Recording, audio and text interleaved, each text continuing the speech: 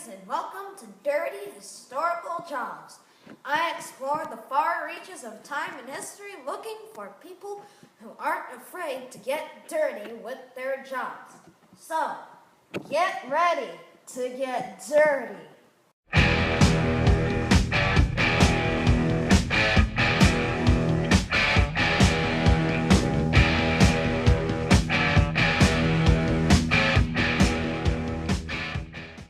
On this week's episode of Dirty Historical Jobs, we will use our time machine to bring back two people from not-so-merry London in 1349 and learn more about the bubonic plague, which killed an estimated 75 to 200 million people throughout Europe from 1348 to 1351.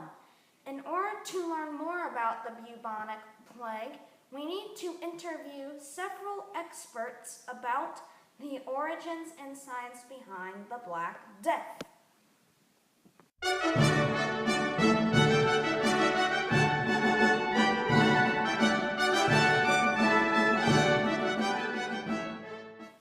Our first guest is the brilliant teacher, Professor Smart E. Pants.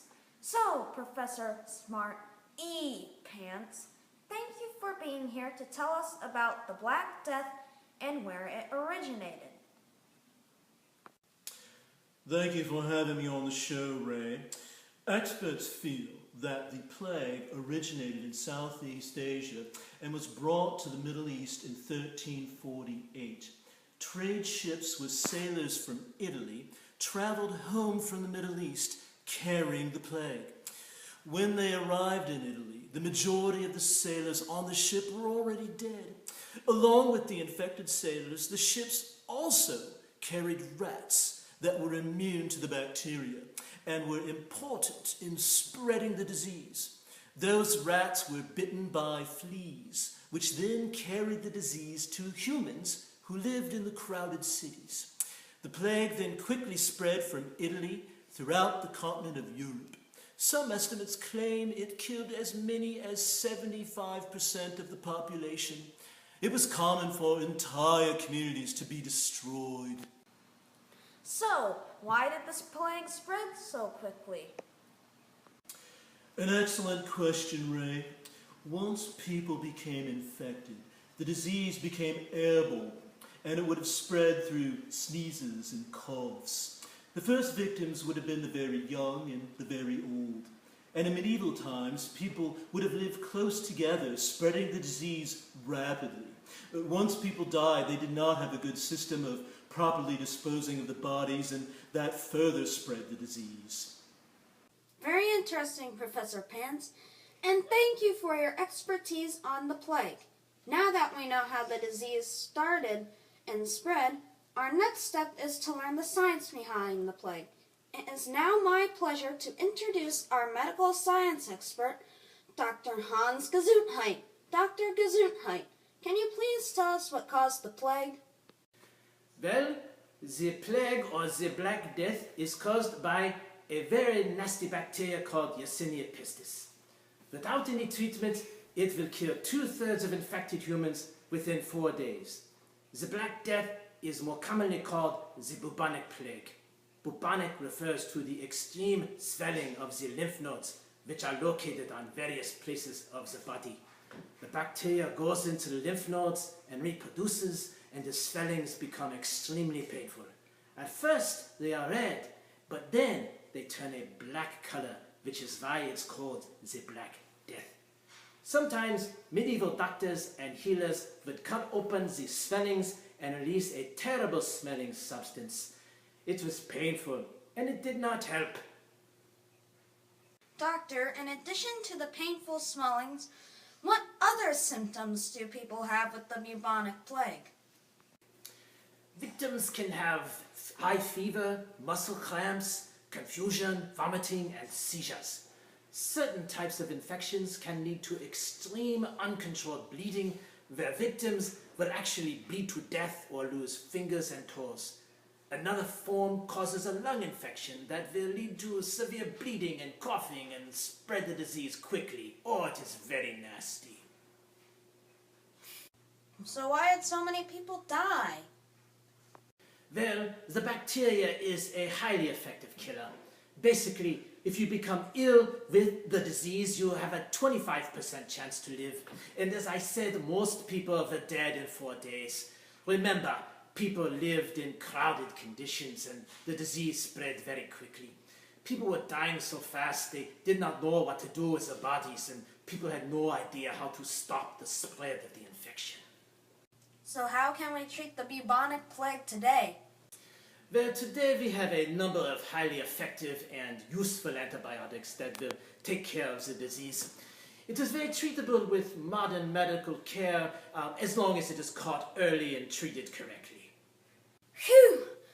Thank goodness for that. Thank you, Dr. Gesundheit, for your medical lesson. And now, on to the dirty stuff.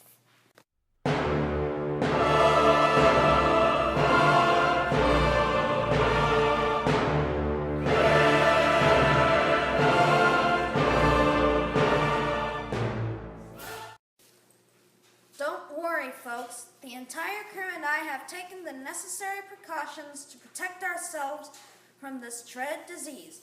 And don't worry about our plague victim. Her symptoms started a mere 30 minutes ago. We will have plenty of time to save her life with modern medical treatments. But first, let's talk medieval cures. We may think these methods are a bit strange or even ridiculous by today's standards, but these healers thought they knew what they were doing in 1349. Let me introduce you to medieval healer Nigel Butler, who recently arrived in our magical time machine from London 1349 and has been hard at work creating various cures for our young victim. What's all this then? Where am I? What is this lovely place? Don't be afraid, Nigel. You and this poor girl affected with the bubonic plague are perfectly safe. You have been transported almost 700 years across time so we can learn how you tried to cure the Black Death. All right then.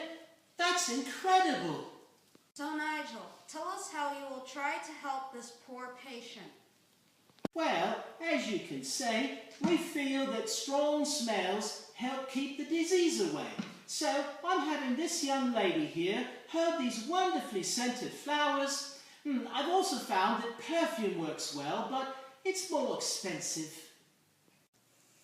They do smell nice, but I'm catching a whiff of something not so sweet. Yes, the smell of this stuff is quite awful. Are the ingredients in that liquid expensive like perfume? No, it's quite plentiful. Tell me more. First, we'll have you drink this. All right, there you go. There you go. All right, keep drinking, dear. Keep drinking, dear. Try to drink a little bit more. All righty. All right, that's enough. That's enough for now. What's she drinking? Oh! What is that stuff? Human urine, or as you say in modern times, pee. What? Are you serious? Yes, and sometimes we would encourage people to bathe in it several times a day. We had many treatments for the plague, such as bleeding people, drinking crushed emeralds, washing with vinegar and water, sometimes drinking a mixture of eggshells and old sugar, and sometimes going to live in the sewers. Good heavens, you've got to be kidding me, Nigel.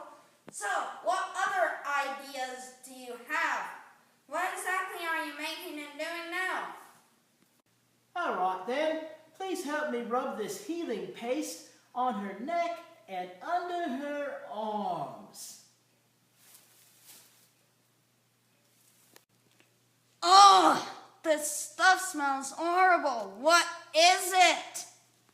That would be a mixture of tree resin, flower roots, and feces, or as you call it, poop. We had plenty of that to go around. Ugh, that's terrible. Do you have any other bright ideas, Nigel? She does not seem to be doing too well, and it's hard for me to believe that flowers, feces, and urine are going to cure the plague. All right then, I have one more way to help this patient. My next plan is to try a cure invented by the famous medieval physician Thomas Vickery. Does anyone have a live chicken? And the chicken is for... We are going to take a live chicken, shave its bottom, and then place it directly against an infected sore. Okay, that's it, Nigel. We thank you for your help, but we're done here. Guys, call 911 now!